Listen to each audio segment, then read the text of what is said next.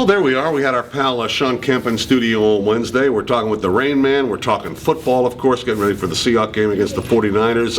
I thought about making another crack that the Seattle Mariners today have done nothing, and it's a good thing that I didn't, because last half hour of the show, they made their biggest move in the last couple of years. They did something. They traded Jason Vargas, left-handed pitcher everybody obviously knows and loves, some people, for Kendrys Morales of the Los Angeles Angels of Anaheim, a guy who hit 22 home runs last year, 73 runs driven in. A couple years ago, before a leg injury, he sustained in a celebration here in a walk-off after hitting a walk-off grand slam. Hit 34 home runs in 1 year. He's 29 years old. Both players arbitration eligible, so both contract situations are the same. $3 or $4 million, something like that is what he'll cost. I love the move. I love it. This is a guy, a switch hitter, who can, now you have a little redundancy as far as catcher, first base, DH with him, Montero, Smoke, and whenever Zunino gets called up, if everybody remains in place. But initially you look at it, they have a guy who can impact this offense, a guy who will automatically become your most productive and best hitter on the team if you're just looking at numbers. Yep.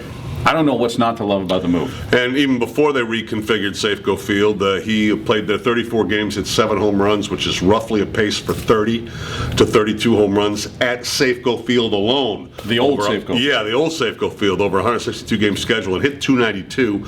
I've always thought that's important, just over the years, when we've seen guys come up here, especially from the National League, guys who did not know the ballpark, have almost universally struggled, and guys, getting a guy who can already hit there, I think, is a plus. But again, this is a guy who immediately becomes the Mariners' best hitter in terms of power. Immediately plugs into the number 4 spot, as far as I'm concerned, in the lineup. A switch hitter. He's got more of his power from the left side. That's probably because he's batted more from the left side. Vargas was a 14-game winner last year. Hey, I like him. I mean, he had 22 quality starts last year. Was going to struggle at home a little bit because of moving the fences in. You have pitching depth in the organization. It's the one strength you have. Clearly, the answer is not out there in free agency.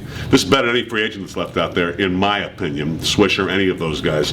I'll take what this guy can do at age 29 right now. And if he doesn't work out, if things don't work out, you are not tied to him for a long period of time. You can trade him the midway point of the season. I like everything about it. Yeah, and I think you hit on the one key to this whole thing, is the fences coming in was really going to affect the effectiveness of Jason Vargas, who's a fly ball pitcher who does give up a lot of home runs. I think you really take away his advantage. I don't know how appealing he was to this team, knowing that they were moving the fences in. I think it took away really what worked best for him. So it's a deal that's not going to cost you the world. You're pitching rich in this organization. That's the one area of depth. Maybe it's not at the major league level yet, but they're right around the corner. Still, honestly, this is not a team that's going to contend for a playoff spot next year. I love the deal. I think it's fantastic. Now the thing to figure out is, why not Kendry? Why is it Kendrys Morales?